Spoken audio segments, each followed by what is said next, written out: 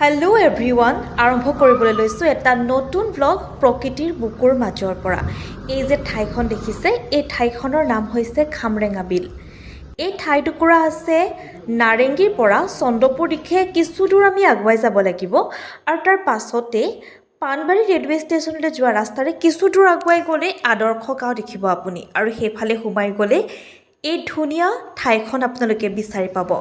চাওকচোন ইয়াৰ প্ৰাকৃতিক পৰিৱেশ কিমান ধুনীয়া ন। আৰু এই ঠাইত যদি অকণমান ম'ম' খাবলৈ পাওঁ, আমাৰ বাৰু কেনেকুৱা লাগিব।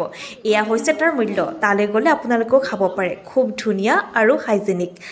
আৰু এই ধুনীয়া প্ৰাকৃতিক পৰিৱেশলৈ যেতিয়া আমি আহিছোঁ, আমিতো ব'টিং কৰিমেই নহয় জানো।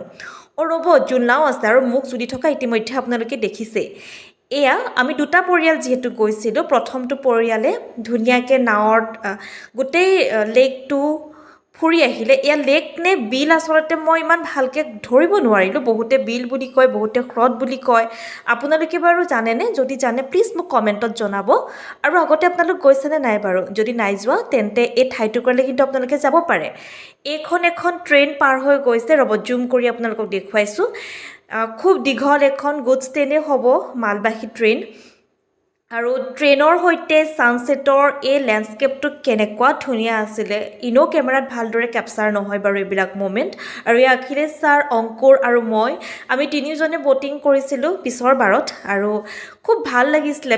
পানীখিনি, বতাহজাক আৰু তাৰ প্ৰাকৃতিক পৰিৱেশ, ৰেলৰ ঝকঝক শব্দ, তাতকৈ বেছি আৰু কি লাগে। আৰু ইতিমধ্যেতো আমি ধুনীয়া ম'ম'জ খাই লৈছিলোঁৱে নহয় জানো। এয়া চাওকচোন, ৰাঙলী শোভা সূৰ্যৰ, ৰান্ধনি বেলিৰ। আৰু এই ঠাইখিনি, এই সময়খিনি ইমান ভাল লাগিছিল আমাৰ, যে মই ভাষাৰে প্ৰকাশ কৰিবই নোৱাৰোঁ। আৰু এই দাদাজনে, যিজন দাদাই বঠা মাৰি আছে, এই দাদাজনে আমাক বহু কথাই ক'লে। খুব ধুনীয়াকৈ আমি পাৰ কৰিলোঁ সময়খিনি। ৰ'ব, ইয়াতে বোলে দুটা ৱাটাৰফল আছে। মোক দাদাজনে কওঁতেহে মই গম পাইছোঁ, যদি আমি সোনকালে গ'লোঁ হয়, আমি ৱাটাৰফললৈ হেনো যাব পাৰিলোঁ হয়। পিছে তেতিয়ালৈ সন্ধ্যা নামি আহিছিল। আমি তেখেতৰ ফোন নাম্বাৰটো ল'লোঁ আৰু ক'লোঁ যে নেক্সট টাইম যেতিয়া আমি আহিম, আমি নিশ্চয়কৈ সেই ৱাটাৰফল দুটালৈ যাম। আৰু তাৰপাছত পেট পূজা ইম্পৰ্টেণ্ট। এয়া লোকেল ফ্ৰেঞ্চ ফ্ৰাইজ বুলিয়ে ধৰি লওক। এটা ফেমিলি যিহেতু কমপ্লিটলি ভেজ আছিলে, তেওঁ পনীৰ লৈছিলে। এয়া চিকেনৰ এটা আইটেম, আৰু এয়াতো দেখিছেই আমাৰ মিছা মাছ। আৰু চব খাই বৈ আমি যিহেতু অসমীয়া, খাঁটি অসমীয়া মানুহ, আমাৰ কাৰণে কিন্তু তামোল মেইন। অংকুৰে নাখায়, কিন্তু মই তামোল খাওঁ। আৰু অলপমান হীৰামতি দি ল'লে খাই ইমান ভাল লাগে ন। ৰ'ব, এই ঠাইটুকুৰাৰ ব্লগটো মই ইতিমধ্যে দিছোঁ। এয়া অৱশ্যে এটা বেলেগ ঠাই, এয়া চান্দুবীৰ। আৰু ইয়াৰ ব্লগ ইতিমধ্যে মই আপলোড কৰিছোঁ, কমপ্লিট ব্লগটো। আপোনালোকে বাৰু মৰম দিছে, যিসকলে চোৱা নাই আকৌ চাব। আৰু ৰ'ব, নেক্সট ব্লগটো কি হ'ব আপোনালোকক জনাই থওঁ।